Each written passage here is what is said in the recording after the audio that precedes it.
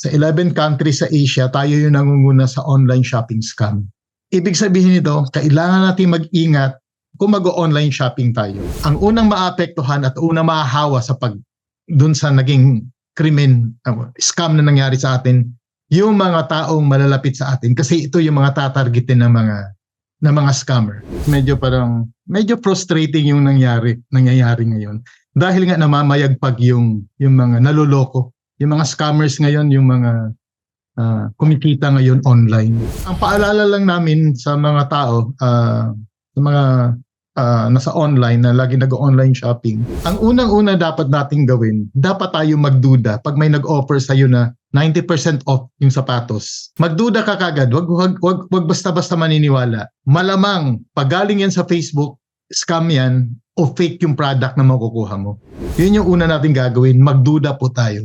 Hindi po masama magduda, lalo na pag nag-online shopping tayo. Matuto po tayong magdamot. So magdamot tayo, wag basta-basta magbibigay ng pera sa mga hindi naman natin kakilala. Pangatlo, mang-snub. Isnabin natin itong mga offer ng trabaho na nakakainganyo, offer ng napakamurang bag, napakamurang sapatos. Yan po yung pangatlo.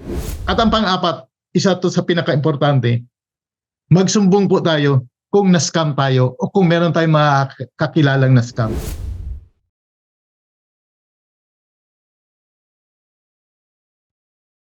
Sa 11 mga bansa sa Southeast Asia, nangunguna ang Pilipinas pagdating sa online shopping scam. Ito ay ayon kay Art Samaniego, tech editor ng Manila Bulletin. Sa katunayan, ani Samaniego, batay sa isang pag-aaral, karamihan sa mga nabiktima ng scam ay nabibiktima muli. Ang paalala lang namin sa mga tao, sa mga nasa online na lagi nag-online shopping, tandaan po natin ang Pilipinas, sa 11 countries sa Asia, tayo yung nangunguna sa online shopping scam. Ibig sabihin nito, kailangan natin mag-ingat kung mag-online shopping tayo. Kaya naman dismayado ang Scam Watch Philippines dahil sa namamayagpag na panloloko. Kami sa Scam Watch Pilipinas, medyo frustrating yung nangyayari ngayon.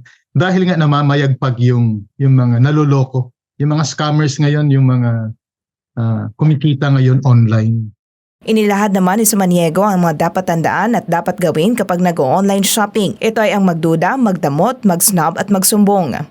Ang unang-una dapat nating gawin, dapat tayo magduda pag may nag-offer sa'yo na 90% off yung sapatos. Magduda ka kagad, wag basta-basta maniniwala. Malamang pag galing yan sa Facebook, scam yan o fake yung product na makukuha mo. Yun yung una nating gagawin, magduda po tayo. Hindi po masama magduda. Lalo na pag nag-online shopping tayo. Matuto po tayong magdamot. So magdamot tayo, wag basta-basta magbibigay ng pera sa mga hindi naman natin kakilala. Pangatlo, mang-snub. Isnabin natin itong mga offer ng trabaho na nakakainganyo, offer ng napakamurang bag, napakamurang sapatos. Yan po yung pangatlo. At ang pang-apat, isa to sa pinaka-importante, magsumbong po tayo kung na-scam tayo o kung meron tayong mga kakilalang na-scam.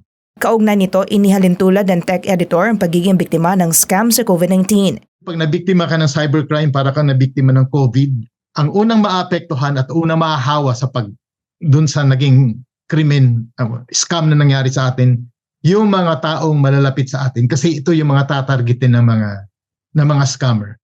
Ang social media na Facebook ang nangunguna-ani ang platform ng mga gumagawa ng scam.